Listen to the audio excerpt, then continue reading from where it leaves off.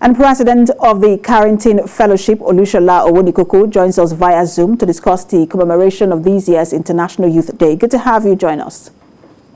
Thank you so much for having me.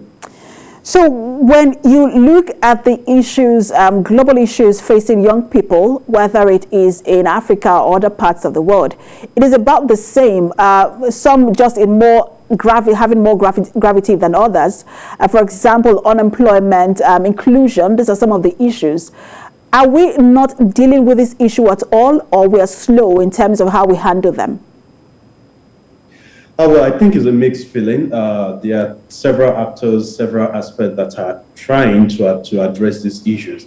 But the bottom line is we're not doing enough. And if we look at it from the angle of demographic dividends, which basically explains that even though we have a youthful population at this time, a time is coming in the future where we'll have more older people.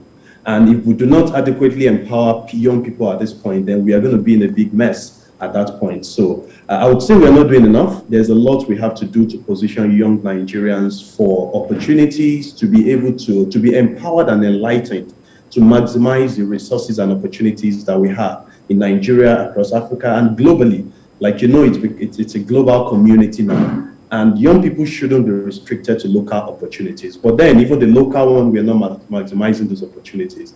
So I don't think we're doing enough. We need more actors, more stakeholders to come on board to double or to increase the efforts that they are putting together.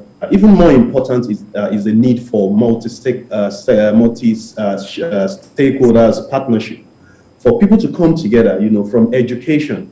I think the biggest gap we have right now is education. I personally believe educational curriculum is still designed for the industrial age. We need a reform in that aspect, at least to start from there, so that we are positioned for this information age. Then that we begin to have a conversation from there, because the world is moving fast, and Nigeria and Africa cannot afford, we can't afford to go at the rate we are currently going at.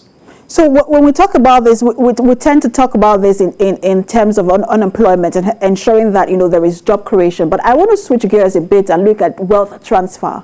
Because when you look at Africa, and especially Nigeria right now, the money is in the hands of the older generation. And there are fears that, look, young people might die even poorer than their parents.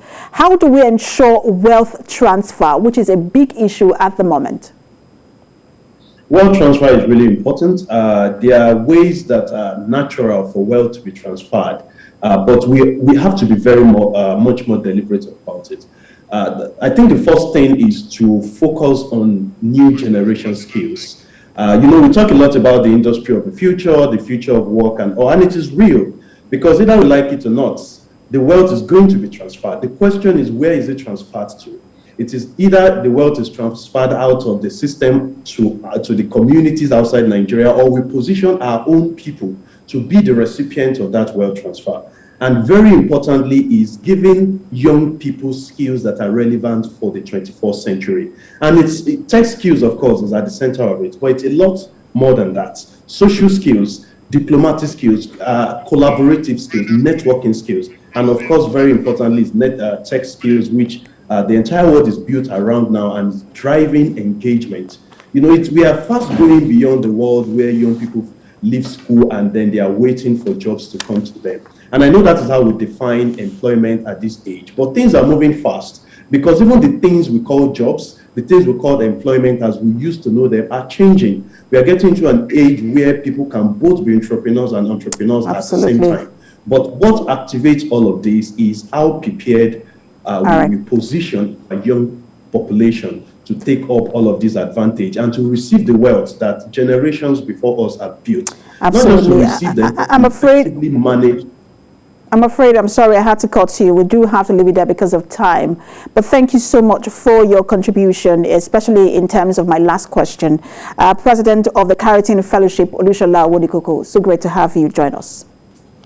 Thank you so much for having me.